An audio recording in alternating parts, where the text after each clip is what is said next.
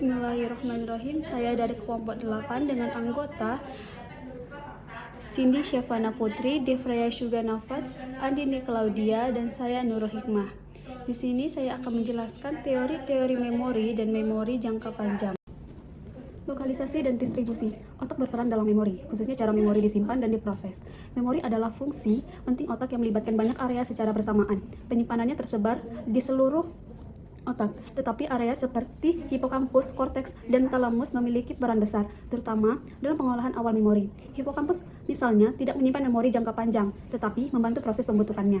Berbagai bagian otak memiliki tugas spesifik, seperti korteks visual yang memproses informasi dari mata dan korteks auditorik untuk pendengaran. Memori sensori kemungkinan disimpan di area terkait. Penelitian memori menggunakan teknologi seperti MRI, PIT, EEG, distimulasi elektrik, dan manipulasi kimia untuk melacak jejak memori dan perubahan otak yang terkait. Memori adalah proses aktif, melibatkan banyak area otak secara bersamaan untuk memahami, mengingat, dan mengasosiasikan makna. Ini bukan kontak penyimpanan statis, melainkan hasil kerja dinamis yang kompleks. Kesimpulannya, memori adalah proses yang bersebar dan melibatkan banyak bagian otak, dengan beberapa area berperan lebih dominan. Kapasitas LTM. Memori jangka panjang atau LTM, manusia memiliki kapasitas dan durasi yang luar biasa besar, bahkan melampaui kemampuan komputer modern. Informasi yang tersimpan dalam LTM seringkali berada di luar kesadaran hingga dipanggil kembali. Penelitian oleh Sipers 1967 menunjukkan bahwa manusia dapat mengenali gambar dengan tingkat akurasi sangat tinggi, hingga 96,78% segera setelah melihatnya dan 99,7% setelah 2 jam. Bahkan setelah seminggu, kemampuan mengenali gambar tetap tinggi. Studi lainnya oleh Stanley, Codezio, dan Haber 1970 menemukan bahwa Partivisan dapat mengingat hingga 2560 gambar dengan akurasi 97% hingga 67% dalam kurun 1 tahun. Meskipun penurunan memori mulai terlihat setelah 4 bulan akibat intervensi dari gambar-gambar baru, penelitian lanjutan dengan jumlah gambar yang lebih besar hingga 10.000 gambar memperkuat bukti bahwa kapasitas LTM manusia sangat besar. Hal ini menunjukkan bahwa otak manusia mampu menyimpan informasi secara mendetail dan untuk waktu yang sangat lama, meskipun informasi baru dapat mempengaruhi kemampuan untuk mengingat informasi lama. Durasi LTM, memori jangka sangat panjang. FLTM atau Permaster yaitu kemampuan manusia untuk mengingat informasi dalam jangka waktu yang sangat lama. Studi oleh Bahri dan rekan-rekannya menunjukkan bahwa manusia mampu mengenali wajah teman sehingga 90% bahkan setelah 35 tahun. Namun, kemampuan mengenali nama atau mencocokkan nama dengan wajah mulai menurun setelah 15 tahun dan mengalami penurunan tajam setelah 35 tahun. Kemungkinan akibat proses penuaan. Penelitian ini menunjukkan bahwa stabilitas memori dipengaruhi oleh penyediaan awal yang baik dan pengulangan, seperti mengenal teman secara mendalam, membaca kembali buku tahunan, atau menghadiri reuni. Dalam studi lain, Barik meneliti kemampuan mengenali bahasa Spanyol yang dipelajari semasa SMA hingga 50 tahun kemudian. Hasilnya menunjukkan bahwa memori bahasa menurun tajam dalam 3 tahun pertama, yaitu jika tidak digunakan, tetapi stabil selama sekitar 30 tahun. Penurunan lebih lanjut terjadi setelah 25 tahun, khususnya dalam pemahaman bacaan, namun sebagian besar kemampuan tetap ada hingga 50 tahun kemudian. Bahri menyebut memori yang bertahan lama ini sebagai permaster. Ini menunjukkan bahwa informasi yang dipelajari dengan baik dapat bertahan seumur hidup meskipun penggunaannya jarang. Memori autobiografis. Memori autobiografis adalah ingatan seseorang tentang pengalaman hidupnya yang sangat terkait dengan kepribadian dan konsep diri individu. Memori ini bersifat selektif, hanya menyimpan informasi penting, aneh, ataupun bermakna. Sementara detail lainnya sering dilupakan. Meski secara umum memori autobiografis akurat, validasi data objektif menunjukkan bahwa kenangan faktual lebih akurat 0,88 dibanding dengan kenangan emosional atau sikap 0,43. Studi oleh Linton 1982 menunjukkan bahwa memori episodik sehari-hari memudar secara bertahap dan stabil seiring waktu, terutama untuk peristiwa berulang atau yang kurang unik. Pentingnya suatu memori dan intensitas emosinya tidak selalu menentukan bahwa kemudahan memori tersebut diingat. Meskipun ini bertentangan dengan kepercayaan umum, penelitian ini menunjukkan bahwa memori autobiografis lebih kompleks dan selektif dibanding dengan asumsi sederhana tentang ingatan manusia. Penyimpanan LTM. Donald Hebb menjelaskan bahwa memori jangka panjang LTM terbentuk dari informasi di memori jangka pendek SDM yang diulang-ulang rehearsal dalam waktu cukup lama. Proses ini melibatkan sirkuit neural di STM yang aktif secara berulang, reverberating. Jika aktivitas ini berlangsung cukup lama, terjadi perubahan kimiawi atau struktural pada otak, sehingga informasi disimpan secara permanen di LTM. Pengalaman yang bermakna atau emosional lebih mudah diingat dengan melibatkan proses penguatan memori, seperti peningkatan kadar glukosa. Peristiwa menyenangkan atau traumatik merangsang medular adrenal untuk melepaskan epinefrine yang meningkatkan kadar glukosa darah, mendukung nutrisi otak, dan memperkuat konsolidasi memori. Penelitian yang menunjukkan bahwa glukosa tambahan setelah belajar dalam meningkatkan kemampuan memori, menunjukkan peran penting biokimia dalam pembentukan memori. Sandi, jenis-jenis sandingan dalam memori jangka panjang LTM. Informasi dalam memori jangka panjang, long term memory atau LTM, disandikan atau disimpan dengan 3 cara utama. Akustik, berdasarkan suara, misalnya bagaimana sesuatu terdengar. B. Visual, berdasarkan bentuk atau tampilan visual, misalnya warna atau bentuk objek. C. Semantik, berdasarkan makna atau arti, misalnya apa yang sesuatu itu wakil atau fungsinya. 2. Kondisi tip of the tongue, TOT. Kondisi tip of the tongue terjadi ketika kita tahu sebagaimana besar informasi tentang sesuatu, tetapi tidak bisa mengingatnya sepenuhnya. Biasanya, nama atau identitas dari item tersebut. Kita mungkin bisa mengingatnya beberapa detail tentang item tersebut, seperti deskripsi fisiknya, hubungannya dengan pengalaman lain, atau informasi terkait lainnya. Tetapi, nama atau identitas utama item tersebut tetap hilang. 3. Contoh TOT dalam kehidupan sehari-hari. Sebuah kelompok orang mengalami TOT saat mencoba mengingat nama sebuah minuman ringan atau diet soda. Mereka mengingat ciri-ciri seperti kalori merah muda, rasa sakarin, dan pengalaman mencicipinya di pantai Oregon. Tetapi, nama minuman tersebut tetap terlupakan. 4. Makna TOT dalam konteks memori. TOT menunjukkan bagaimana memori jangka panjang bekerja. Meskipun kita tidak selalu bisa mengingat nama atau kata yang tepat pada saat itu, kita tetap bisa mengakses berbagai informasi terkait yang membantu kita dalam proses pencarian. Semantik, akustik, dan visual. Dalam kasus ini, informasi semantik, makna dan asosiasi, visual, deskripsi kaleng, dan akustik, suara atau bentuk kata yang dicari. Semua berperan dalam proses pencarian kembali memori yang hilang. Level pemrosesan. 1. Bagaimana otak menentukan informasi yang bermakna. Otak tidak hanya menyimpan semua informasi yang diterima, tetapi juga harus memilih mana informasi yang penting dan bermakna. Ada beberapa cara otak mengenali informasi yang penting. Heuristik. Otak menggunakan metode heuristik, cara cepat untuk mencapai keputusan atau penemuan. Untuk menilai seberapa penting suatu informasi, semakin banyak upaya dan waktu yang kita curahkan untuk memproses informasi, semakin besar kemungkinan otak menganggapnya sebagai informasi yang bermakna. Isyarat dan quest. Otak juga menggunakan isyarat atau petunjuk dari bagian lain dalam sistem kognitif untuk menemukan apakah suatu informasi penting atau tidak. 2. Penelitian Carrick dan Lockhart 1972 tentang level pemrosesan. Penelitian ini mengemukakan teori tentang level pemrosesan. Teori ini menjelaskan bagaimana informasi yang diterima indera kita harus melalui serangkaian proses analisis yang semakin mendalam.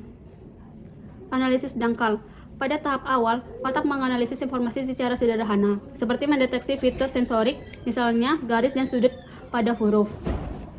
Analisis lebih mendalam. Pada tahap selanjutnya, otak mulai mengenali pola, menghubungkan informasi tersebut dengan memori jangka panjang, dan akhirnya mengaktifkan asosiasi atau citra meta berdasarkan pengalaman sebelumnya. Proses yang lebih mendalam. Pada tahap yang lebih mendalam, analisis terjadi lebih kompleks dan sematis, berkaitan dengan makna. Contohnya, ketika kita melihat kata, pertama kita mengenali bentuk hurufnya, kemudian kita mengaitkan huruf-huruf itu dengan kata-kata yang familiar, dan akhirnya kita memahami makna dan kata tersebut berdasarkan pengalaman kita. 3. Pemrosesan semantik dan ketahanan memori. Informasi yang diproses secara mendalam lebih tahan lama di memori daripada informasi yang diproses secara dangkal. Proses mendalam berarti informasi tersebut dianalisis dengan penuh perhatian, dikaitkan dengan informasi yang sudah ada di memori, dan diberikan makna yang lebih dalam. Sebagai contohnya, saat kita membaca untuk memahami inti bacaan, kita tidak hanya melihat permukaan kata-kata, tetapi kita menganalisis makna yang secara menyeluruh. Ini akan membuat informasi tersebut lebih mudah diingat daripada hanya membaca sekilas, yang hanya melibatkan pemrosesan dangkal. 4. Model pemrosesan level vs model pemrosesan informasi. Terdapat dua model besar tentang bagaimana memori bekerja. Model pemrosesan informasi menekankan serangkaian tahapan yang dilalui informasi, seperti dari sensori ke memori jangka pendek atau STM, dan akhirnya ke memori jangka panjang LTM. Model ini berfokus pada komponen struktural, misalnya jenis memori, dengan penekanan pada bagian informasi diproses di tiap tahap. Model level pemrosesan. Pendekatan ini lebih menekankan pada kedalaman pemrosesan. Menurut model ini, memori yang terbentuk adalah hasil dari pemrosesan informasi, dan kedalaman pemrosesan menentukan seberapa lama informasi tersebut dapat bertahan dalam ingatan. Kritik terhadap teori level pemrosesan. Meskipun teori level pemrosesan memiliki banyak kontribusi, pada beberapa kritik terhadap teori ini, ambiguitas dan vagueness konsep pemrosesan mendalam sangat umum dan sulit untuk diuji secara ilmiah. Misalnya, bagaimana kita mengukur kedalaman pemrosesan itu sendiri. Perbedaan antara pemrosesan dangkal dan mendalam tidak jelas. Tidak ada batasan yang jelas antara pemrosesan dangkal dan mendalam. Beberapa tipe pemrosesan bisa terjadi secara mendalam atau saling tumpang tindih. Sistem pemrosesan tidak berurutan. Tidak semua informasi berproses dalam urutan yang tetap. Mungkin ada pemrosesan paralel di mana beberapa jenis pemrosesan terjadi bersamaan. Ada pengulangan dalam pemrosesan. Ada perbedaan penting antara teori level pemrosesan dan teori kotak dalam kepala, seperti teori attention shift. Pengulangan atau rehearsal dalam model kotak dalam kepala berfungsi untuk memindahkan informasi dari memori jangka pendek ke memori jangka panjang. Ini dianggap sebagai langkah untuk mempertahankan informasi dalam memori. Dalam teori level pemrosesan, pengulangan dianggap sebagai cara untuk mempertahankan informasi pada level tertentu. Dengan memproses informasi pada kedalaman tertentu, pengulangan yang tidak melibatkan elaborisitas pemrosesan mendalam, seperti maintenance rehearsal, tidak efektif untuk memperkuat memori. 7. Kesimpulan. Intinya, level pemrosesan menggambarkan seberapa dalam kita menganalisis informasi. Informasi diproses secara mendalam dan diberikan makna melalui asosiasi citra atau pengalaman pribadi. Lebih mudah diingat daripada informasi yang diproses secara dangkal. Pemrosesan semantik berkaitan dengan makna memiliki peran yang sangat penting dalam memperkuat memori. Berikutnya adalah perbedaan kunci antara model level pemrosesan dan model pemrosesan informasi. Model pemrosesan informasi berfokus pada struktur memori dan tahapannya. Model level pemrosesan lebih menekankan pada kedalaman pemrosesan dan bagaimana hal itu mempengaruhi daya tahan memori. Efek referensi diri. 1. Penelitian Rogers dan Kuiper dan Kirker 1977. Penelitian ini mengkaji bagaimana cara kita mengingat kata-kata tergantung pada seberapa dalam kita memproses informasi tersebut. Mereka menemukan bahwa referensi diri, self-reference, atau berkaitan dengan diri sendiri adalah cara yang sangat efektif untuk mengingat informasi. 2. Metode penelitian. Dalam eksperimen ini, partisipan diminta untuk menilai 40 kata sifat, misalnya baik, cerdas, ramah, berdasarkan 4 kata secara berbeda.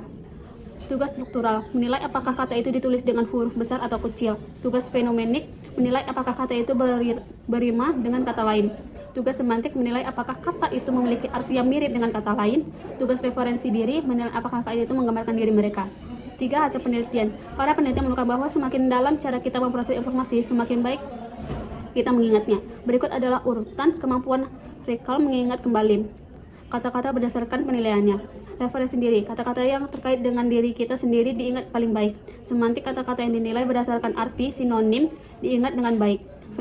Fenomenik, kata-kata yang dinilai berdasarkan rima diingat dengan lebih buruk. Struktural, kata-kata yang hanya dinilai dari bentuknya. Huruf besar atau kecil diingat paling sedikit. 4. Penjelasan mengapa referensi diri efektif. Kata-kata yang berkaitan dengan diri kita sendiri lebih mudah diingat karena kita memiliki skema diri atau skema yang kuat. Skema ini adalah sistem mental yang berisi informasi tentang siapa kita, apa yang kita suka, dan apa yang kita yakini tentang diri kita. Informasi ini disimpan dalam otak dalam jaringan yang sangat kompleks dan heterogenisir. Karena kita sudah sangat mengenal diri kita, informasi yang terkait dengan diri kita akan lebih mudah diproses dan diingat. Skema diri dan proses memori. Informasi yang berhubungan dengan diri kita seperti sifat, emosi, atau pengalaman pribadi disimpan dalam jaringan memori diri. Karena kita memiliki banyak pengetahuan mendalam tentang diri kita, kita lebih mudah mengasosiasi dan mengingat informasi yang berhubungan dengan diri kita sendiri dibanding informasi lainnya yang kurang terkait dengan diri kita. 6. Implikasi dan kesimpulan. Hasil penelitian ini menunjukkan bahwa informasi yang lebih relevan dengan diri kita akan lebih mudah diproses dan diingat. Oleh karena itu, referensi diri atau keterkaitan informasi dengan diri kita menjadi salah satu faktor yang sangat kuat dalam proses penyimpanan memori. Model koneksionis tentang memori. Memori Tulvin dan koneksionis. Pendekatan terhadap memori yang diajukan oleh Tulvin dan model koneksionis yang dikembangkan oleh Rumelhart dan rekan-rekannya memiliki hubungan langsung dengan aktivitas neural atau aktivitas otak. Model Tulvin. Model ini didasarkan pada pengamatan terhadap aktivitas otak yang mengaitkan jenis-jenis memori dengan cara otak berfungsi. Model koneksionis PDP berperan dengan model Tulvin. Model ini lebih fokus pada unit-unit pemrosesan yang lebih halus yang menyerupai cara kerja neuron. Model ini berusaha menggambarkan cara otak mengorganisir dan menghubungkan pengetahuan dalam memori berdasarkan hukum-hukum perkembangan pengetahuan. Model PDP Parallel Distributed Processing tidak hanya berfungsi dengan model memori, tetapi juga menggambarkan aksi dan representasi pengetahuan yang ada dalam memori. 2. Memori sebagai jaringan koneksi. Model koneksionis menggambarkan memori sebagai sistem jaringan yang terhubung satu sama lain, di mana informasi disimpan dan diakses melalui hubungan antara unit. Sebagai contoh, This dan Psych ini adalah sistem karakter hipotetik yang menggambarkan dua kelompok dalam sebuah lingkungan yang buruk, dengan setiap karakter memiliki ciri-ciri khusus. Misalnya, ada karakter bernama Ripple yang memiliki ciri sebagai anggota Z, berusia 30-an, lulusan SMU, lajang dapat kerja sebagai penjual obat bius. Ini adalah representasi Ripple dalam sistem memori. Unit yang terhubung. Dalam sistem ini, setiap atribut atau informasi terkait individu seperti nama, usia, pekerjaan, dan lain-lain terhubung satu sama lain dalam sebuah jaringan. Jadi, ketika kita mencari Ripple, sistem akan memberitahu kita ciri-ciri atau informasi terkait dengan Ripple berdasarkan unit-unit yang terhubung dalam jaringan tersebut. Ambiguitas dan ketidakpastian. Terkadang jika informasi yang dimiliki terbatas, hasil pencarian bisa menjadi ambigu. Misalnya, jika Anda mencari seseorang yang berusia 30-an, lulusan SMU, lajang, dan anggota Z adalah bisa mendapatkan dua nama yang cocok, Ripple dan Mika. Dalam kasus ini, informasi lebih lanjut diperlukan untuk membedakan kedua orang tersebut. 3. Keunggulan model koneksionis. Pembelajaran kompleks. Salah satu keuntungan utama dari model koneksionis adalah kemampuan untuk menjelaskan pembelajaran yang kompleks dan kehidupan sehari-hari. Misalnya, model ini bisa menjelaskan bagaimana kita mempelajari kategori atau bagaimana kita membentuk prototip, contohnya ideal, dari suatu. Menganalisis hubungan antara unit. Model koneksionis menggambarkan bagaimana unit-unit atau informasi saling berhubungan satu sama lain. Panah-panah ganda di dalam model menunjukkan bagaimana unit-unit ini saling mempengaruhi dan berhubungan. Mudah menjelaskan memori yang beragam. Model koneksionis dapat menjelaskan berbagai bentuk memori dan kapabilitas dalam cara memori bekerja. Hal ini membuat model ini populer karena kemampuan untuk menggambarkan banyak aspek dalam proses memori, bukan hanya proses yang sederhana. 4. Kelebihan dan popularitas model koneksionis. Model matematis yang elegan. Salah satu alasan mengapa model koneksionis dapat mendapatkan banyak pengikut adalah model-model yang elegan secara matematis yang dapat menggambarkan proses kognitif secara rinci. Keterkaitan dengan jaringan neural. Model ini berhubungan langsung dengan jaringan neural yang berarti ia mendekati cara otak kita bekerja dalam menyimpan dan mengakses memori. Penjelasan beragam bentuk memori. Model ini dapat menggambarkan berbagai bentuk memori, mulai dari memori semantik hingga memori prosedural, secara bagaimana kita membentuk konsep atau kategori. Kesimpulan, model Tulvin dan model koneksionis keduanya berusaha menjelaskan bagaimana memori bekerja, tetapi dengan cara yang berbeda. Model Tulvin fokus pada aktivitas otak, sementara model koneksionis menggambarkan bagaimana unit memori saling berhubungan dan bekerja dalam jaringan yang kompleks. Keunggulan model koneksionis adalah kemampuan untuk menjelaskan pekerjaan kompleks dengan cara memori penyimpanan informasi berdasarkan hubungan antara unit yang ada dalam memori. Model ini juga sangat fleksibel terhadap menjelaskan banyak jenis memori yang lebih kompleks daripada model-model sebelumnya. Skema dan intisari. 1. Penghilangan omission informasi. Penjelasan, dalam eksperimen ini sejumlah informasi spesifik yang dianggap tidak penting atau aneh akan hilang ketika partisipan memproduksi cerita tersebut. Ini terjadi karena memori manusia tidak menyimpan segala detail, melainkan hanya bagian-bagian yang dianggap relevan atau bermakna. Contohnya, dalam cerita asli ada detail tentang perang dengan hantu dan kano yang digunakan untuk berperang. Namun, setelah beberapa kali reproduksi, informasi tersebut hilang. Hal ini juga termasuk penghilangan nama seperti kalama yang dianggap tidak penting. Analisis.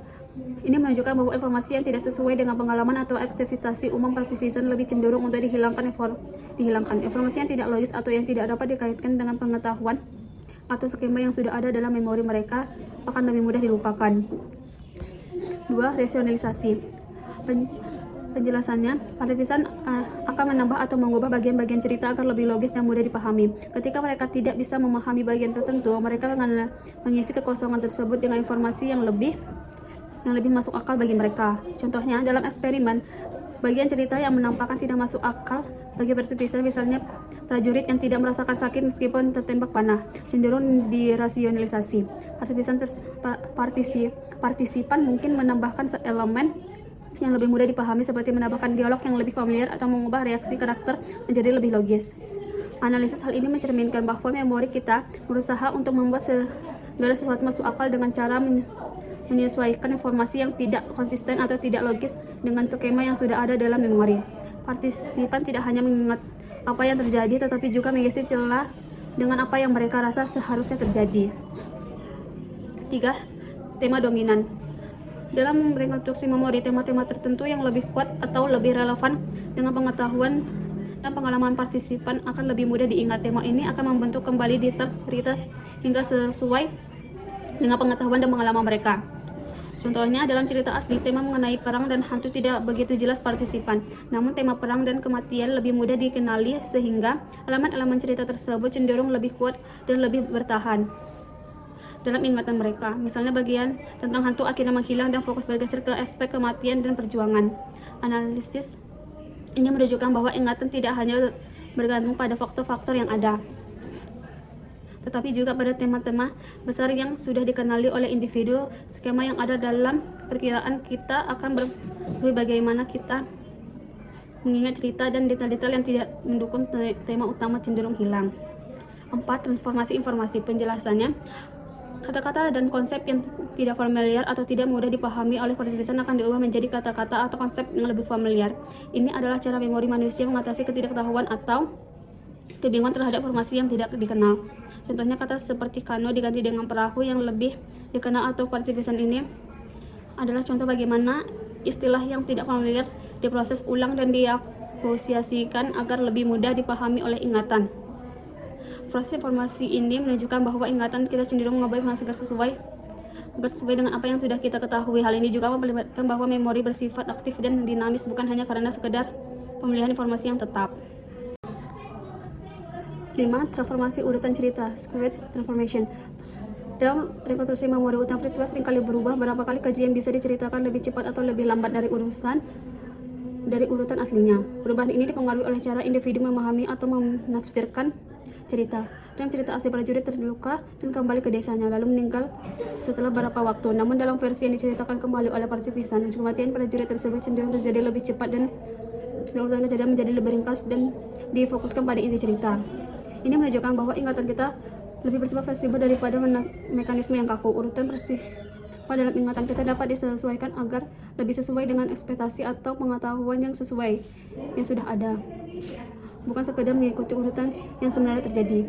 6. Sikap attitude partisipan. Sikap atau pandangan pribadi partisipan terhadap cerita mempengaruhi cara mereka mengingat dan memproduksi cerita tersebut. Jika mereka tidak tertarik atau tidak mengerti bagaimana tertentu dari cerita, mereka cenderung mengubah atau menghilangkan bagian tersebut. Ketertarikan terhadap tema tersebut seperti perang atau kematian dapat dipengaruhi bagaimana cerita diproduksi.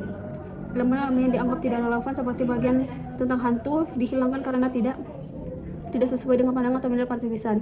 Ini menunjukkan bahwa memori manusia tidak hanya dipengaruhi oleh fakta yang ada, tetapi juga oleh faktor-faktor subjek dan seperti sikap, perasaan, atau interpretasi pribadi terhadap informasi yang diterima. 7. Skema dalam memori. Bartlett menggunakan konsep skema untuk menggambarkan bagaimana kita menganalisa pengalaman-pengalaman dan pengetahuan yang sudah kita miliki. Skema ini membantu kita untuk memahami dan mengingat informasi baru dengan mengingatkannya dengan pengetahuan yang ada dalam ingatan kita. Dalam cerita perang para hantu, bisa menghubungkan elemen-elemen cerita dengan skema yang mereka miliki. Seperti ide tentang perang, kematian, dan hantu ini membuat mereka mengubah cara cerita sesuai dengan struktur skema yang sudah ada dalam memori mereka. Skema menunjukkan bahwa ingatan tidak bersifat pasif atau sekedar penyimpanan informasi. Sebaiknya ingatan adalah proses aktif yang mengorganisir, mengubah dan mengevaluasi informasi berdasarkan pengalaman dan pengetahuan sebelum. Skema ini memungkinkan kita untuk mengingat informasi yang relevan, namun juga dapat membuat kita mengubah atau menghilangkan informasi yang tidak sesuai. Jenis-jenis memori. LTM sebagai penyimpanan informasi yang dapat diambil kembali. LTM diibaratkan sebagai tempat penyimpanan informasi yang tidak selalu kita gunakan, tetapi penting untuk diingat dan dapat diambil kembali saat dibutuhkan. Misalnya informasi tentang alamat rumah atau fakta sejarah yang tidak kita gunakan setiap hari, tetapi bisa kita akses ketika diperlukan.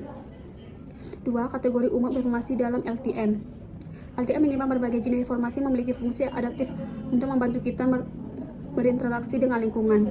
Kemampuan spesial informasi tentang lokasi kita dan objek penting di sekitar kita yang memungkinkan kita bergerak dengan efektif. Contohnya mengetahui jalan menuju rumah atau posisi benda-benda penting di rumah kita. Karakteristik fisik dunia sekitar. Informasi ini membantu kita berinteraksi dengan objek di dunia fisik dengan cara yang aman. Contohnya mengetahui cara menggunakan peralatan rumah tangga dengan benar dan aman. Hubungan sosial. Pengetahuan tentang siapa teman, keluarga, dan orang-orang yang bisa dipercaya, serta siapa musuh kita. Contohnya mengenali teman dan lawan dalam situasi sosial atau kerja. Nilai-nilai sosial. Apa yang dianggap penting dalam kelompok atau masyarakat kita. Contohnya menghormati norma dan kebiasaan yang berlaku dalam budaya kita. Keterampilan motorik. Kemampuan untuk menggunakan alat atau manipulasi objek. Kemampuan mengetik di komputer atau mengendarai mobil. Keterampilan persepsual, kemampuan untuk memahami stimulus dari lingkungan seperti bahasa, musik, atau visual. Contohnya mengenali bahasa lisan atau menafsirkan ekspresi wajah orang lain. 3. LTM memungkinkan interaksi yang sukses dengan lingkungan. Keberagaman informasi yang ada dalam LTM telah berkembang untuk membantu kita beradaptasi dan berhasil dalam berinteraksi dengan dunia sekitar. Contohnya, memori tentang rute perjalanan membantu kita berjalan di jalan yang benar tanpa harus mencari petunjuk setiap kali. 4. Organisasi LTM. Bagaimana informasi disimpan? LTM tidak hanya menyimpan informasi, tetapi juga mengorganisasikan informasi tersebut dalam struktur yang teratur. Informasi baru tidak disimpan dalam struktur yang sepenuhnya baru, melainkan dimasukkan ke dalam jaringan yang sudah ada. Contohnya, ketika kita mempelajari hal baru, informasi tersebut akan dipadukan dengan pengetahuan yang sudah kita miliki, seperti mengingat nama teman baru dengan kaitannya pada teman-teman lain yang sudah kita kenal. 5. LTM terdiri dari memori eksplisit dan memori implisit. LTM dibagi menjadi 2 jenis memori utama. 1. Memori eksplisit. Memori yang memerlukan pengambilan sadar seperti mengingat fakta dan pengalaman tertentu. Subkategori memori episodik berhubungan dengan peristiwa pribadi dan memori semantik pengetahuan umum. Memori implisit memori yang dideskripsikan melalui tindakan atau keterampilan tanpa perlu mengingat secara sadar. Subkategorinya memori prosedural, keterampilan atau kebiasaan, dan memori emosional, perasaan yang dipicu oleh pengalaman. 6. Perbedaan antara memori eksplisit dan implisit. Memori eksplisit mengandalkan proses sadar di mana kita mengingat atau mengenali informasi dengan bantuan isyarat, seperti kata mengenali wajah teman atau mengingat fakta melalui recall. Memori implisit tidak memerlukan pengingatan sadar, tetapi lebih tercermin dalam kemampuan atau keterampilan yang kita lakukan tanpa berpikir, seperti mengendarai sepeda atau memproses emosi. Secara keseluruhan, LTM adalah sistem penyimpanan yang sangat terorganisir dan efisien, dengan berbagai jenis informasi yang disusul dengan informasi adaptif. Pengolahan informasi dalam LTM tidak hanya menyimpan data, tetapi juga menginteraksi dan memproses agar dapat diterapkan efektif dalam kehidupan sehari-hari. Memori eksplisit dan implisit bekerja sama untuk mendukung cara kita berpikir, bertindak, dan berinteraksi dengan dunia.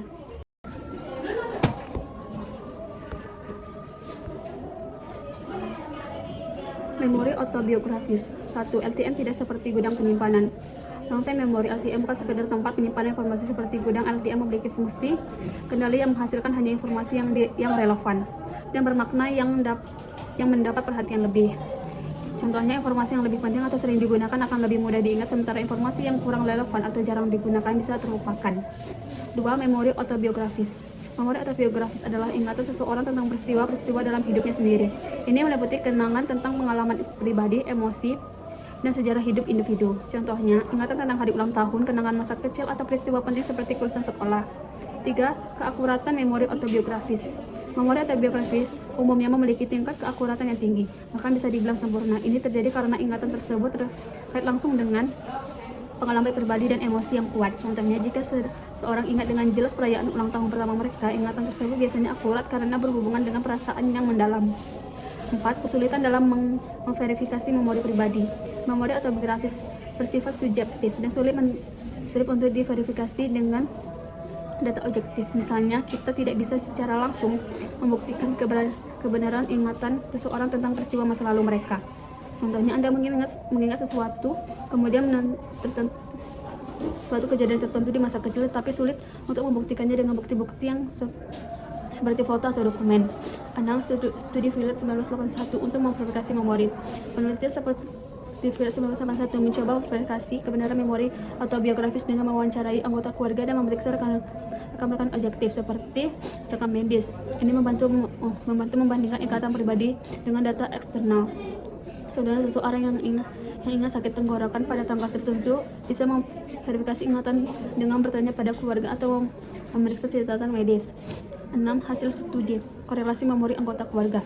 Studi menunjukkan korelasi tinggi antara ingatan memori individu dan ingatan anggota keluarga tentang peristiwa yang sama, misalnya sekitar 0,88. Ini menunjukkan bahwa meskipun memori itu subjektif, ada kesamaan yang dapat diverifikasi. Contohnya, jika seseorang ingat tidak bisa menonton kembang api karena sakit tenggorokan, keluarga mereka biasanya memiliki ingatan yang hampir sama tentang peristiwa tersebut. 7. Korelasi lebih rendah untuk memori emosi dan sikap. Korelasi untuk memori terkait emosi atau sikap lebih rendah sekitar 0,43. Hal ini menunjukkan bahwa perasaan dan sikap sulit untuk diverifikasi karena lebih pribadi dan bisa berubah-ubah seiring waktu. Contohnya, jika seseorang merasa sangat marah pada seseorang di masa lalu, anggota keluarga mungkin tidak memiliki ingatan yang sama dan tidak bisa memverifikasi perasaan tersebut. Kesimpulannya, memori autobiografis adalah bagian dari LTM yang sangat terkait dengan pengalaman pribadi dan emosionis seseorang. Meskipun memori ini sulit diverifikasi oleh subjek, penelitian menunjukkan bahwa adanya korelasi tinggi antara ingatan pribadi dengan ingatan orang-orang terdekat, terutama mengenai peristiwa faktual. Namun, memori terkait perasaan atau sikap cenderung lebih sulit diverifikasi dan lebih subjektif. Memori episodik dan memori semantik. 1. Klasifikasi memori menurut Tufling. Membagi memori menjadi dua jenis utama, memori episodik dan memori semantik. Klasifikasi ini penting karena memori dalam LTM tidak dianggap sebagai suatu kesatuan tunggal, melainkan terstruktur. Contohnya, memori episodik berhubungan dengan pengalaman pribadi kita, sementara memori semantik berhubungan dengan pengetahuan umum yang tidak terkait dengan pengalaman tertentu. 2. Memori episodik. Memori episodik adalah sistem yang memungkinkan kita mengingat peristiwa-peristiwa spesifik dalam hidup kita, seperti pemandangan laut atau merasakan ciuman pertama. Ini berfungsi sebagai referensi autobiografis atau pengingat tentang pengalaman pribadi. Contohnya, mengingat hari ulang tahun pertama Anda atau pengalaman pertama kali makan di restoran favorit.